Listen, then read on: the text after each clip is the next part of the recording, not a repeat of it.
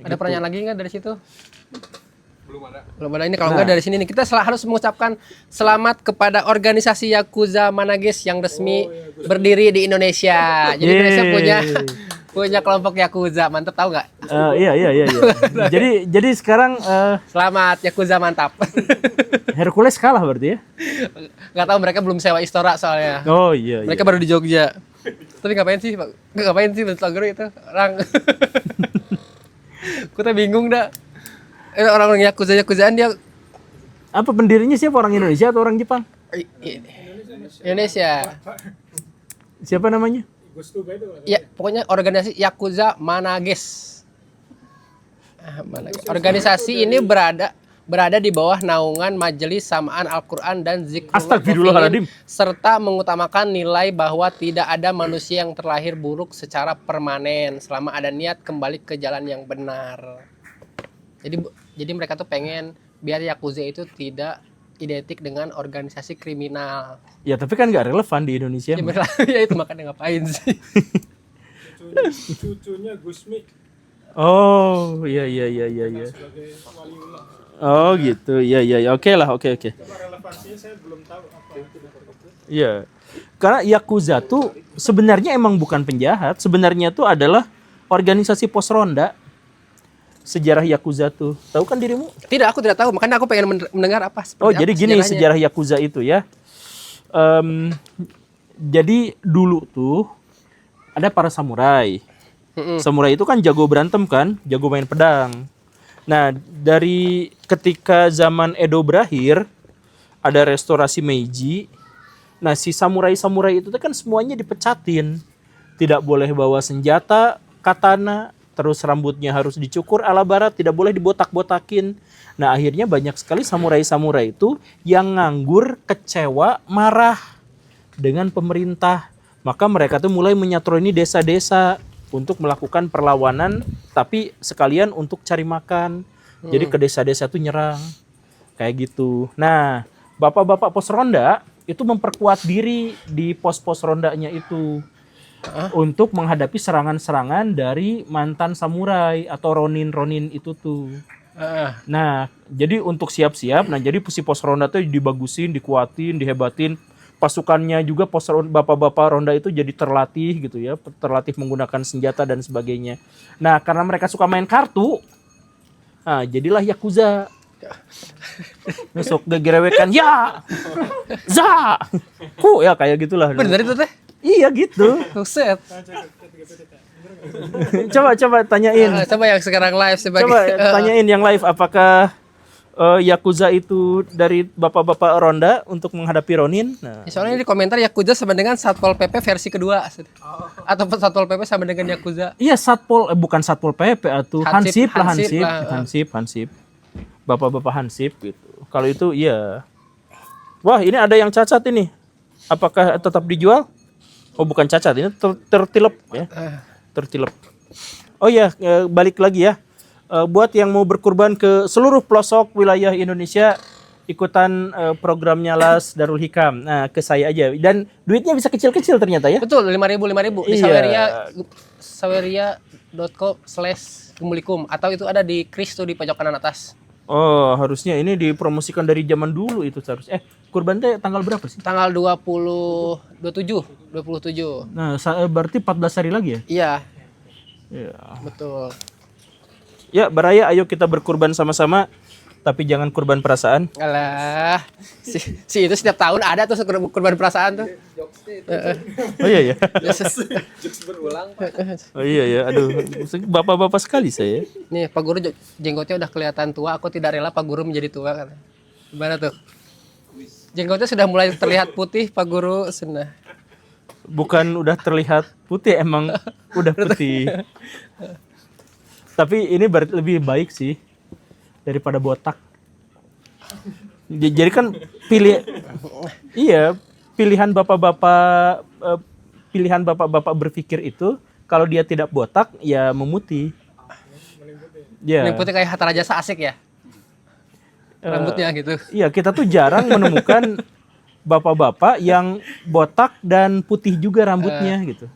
Botak dan putih juga rambut. Coba siapa? Gimana maksudnya botak dan putih itu gimana? Ya udah mau botak kan biasanya sisain sedikit gitu. Oh ya. iya. Biasanya milih satu di antara dua, kalau nggak memutih ya membotak gitu. Nggak bisa dua sekaligus ya. Saya nggak tahu sih, cuman ya kayaknya saya belum pernah menemukan atau jarang menemukan gitu.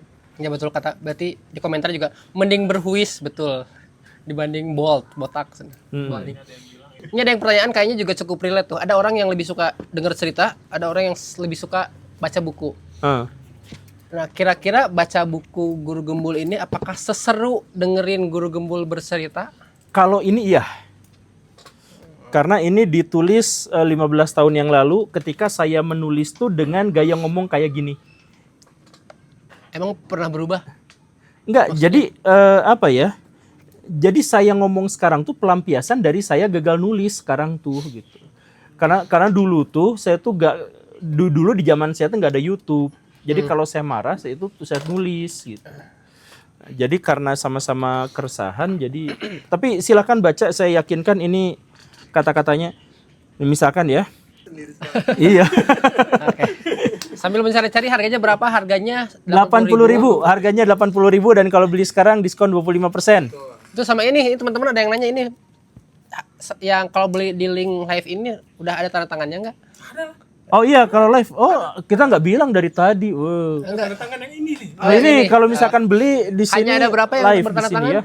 100. Pokoknya udah terjual sudah terjual puluhan lah. Kita ada 200. Oh 200 tuh ya 200 orang pertama tuh. Jadi kalau nggak ada tanda 140 tangannya lagi. itu. Silahkan beli sekarang ini sama saya di tanda tangan tuh gara-gara ya itu. Jadi beli sekarang udah mau didiskon 25%, dikasih tanda tangan pula tuh kan enak kan. Beli di mana teman-teman? Beli di mana itu ada di linknya di situ. Itu ada di linknya di situ tuh ada link. Deskripsi Nah, ada ya. link. Nah, gitu link ya. Deskripsi ya teman-temanku. Sob. Tapi pada tahun 1896 Belanda merasa, nah saya tuh punya kekhasan gini kalau nulis tuh. Jadi sebenarnya dalam tata bahasa yang bagus, kata konjungsi kayak tapi itu nggak boleh di paragraf awal, di kata awal dalam sebuah paragraf. Karena seharusnya satu paragraf itu memuat satu ide besar. Tapi kalau saya nulis, saya tuh sering pakai itu. Gara-gara saya tuh selalu memberontak pada ide-ide saya sendiri gitu. Tapi aku pengen dengar dari sudut pandang sang editor. Sama-sama ngedit Guru Gembul yang buku Beyond Belief juga kan? Bedanya buku Beyond Belief sama Ngugot Indonesia apa? Aku dari sudut pandang editor. Nggak mau, saya mau jawab itu mah. Oh ini dari sudut pandang editor. Itu mah kan rangkuman dari video-video. Nah ini mah usianya lebih senior. Ya, jadi biar yang Iya, editor yang editor, menjelaskan editor. coba. Aku pengen tahu dari sudut pandang itu. Beyond Belief itu isinya Guru Gembul yang kalian kenal. Oh berarti ini nggak dikenal? Kalau Maksudnya sudut pandang Guru Gembul yang nggak dikenal? Maksudnya yang sudah populer dikenal oleh masyarakat sejak 2020 atau 2019. Nah kalau ini Guru Gembul yang dikenal, tetapi aslinya Guru Gembul seperti apa yang benar-benar Dark gitu. gelap. Asyik. Karena ini ditulis 10 tahun sebelum Guru Gembul kalian kenal. Tapi bahasanya Guru Gembul banget. Emang ternyata Guru Gembul bahasanya sama dengan video-video dia. Oh aduh bro. Dulu saya nggak pakai Jadi baraya. tidak ada perbarayaan Saya tuding langsung kalian. Saya tidak sedang membela Belanda tuh. Tapi jika Anda tidak percaya pada saya dan memilih mempercayai versi sejarah konvensional, Anda harus melihat masa kini. Indonesia bangkrut karena feodalisme yang secara serampangan bercampur dengan budaya korupsi dan budaya-budaya asing yang dijejalkan. Sementara Belanda di tanahnya sendiri telah menjadi salah satu negara paling maju di dunia. Titik. Dengan melihat masa kini, kita seharusnya bisa memahami masa lalu. Jika Anda melihat bobroknya pejabat Indonesia di masa kini, maka itulah yang terjadi di masa lalu, yaitu ketika Indonesia dijajah Belanda, penjajahan yang sebenarnya terjadi adalah penjajahan pejabat pribumi pada rakyatnya, alih-alih penjajahan bangsa asing. Jadi kita tuh tidak dijajah sama bangsa asing. 10 tahun yang lalu, 15 tahun yang lalu saya udah ngomong kayak gitu. Sebelum sebelum Pak Mendikbud ya. Iyalah. Sebelum Pak Fadlizon. Iya benar. Oke, beli baraya. Mulai besok bisa dibeli. Cuma 80.000 perak. Dan ada diskon dan tanda tangan saya. Emang tanda tangan saya semahal apa ya? Saya tuh masih nggak terima kalau saya tuh disebut orang terkenal dan orang Ini tuh. Jadi maksudnya ya kalau disebut orang terkenal mah syukur gitu seneng. Ini udah mau ada. Udah nih. mau azan aja. Yaudah, Sedikit lagi ya. Ayo kita digasin. cepet. Dari jam 4:30 dong. Berarti kita live berapa ini? Ini iya sejam. 10 menit lagi azan. Enggak, kalau di sini lebih awal biasanya. Iya gitu. Jadi azan di sini tuh biasanya lebih cepat kecuali pas Ramadan. Biasanya lebih lambat 5 menit. 5 sampai 10 menit. Ada di Tokopedia nggak teman-teman? Ada lah ya di semua. Ada di mana-mana ada, Pokoknya- tapi nggak dapet diskon. Kalau sekarang di diskon. Officialnya di Buku Abdi ya. Buku Abdi. Ada official di shop. Buku Abdi.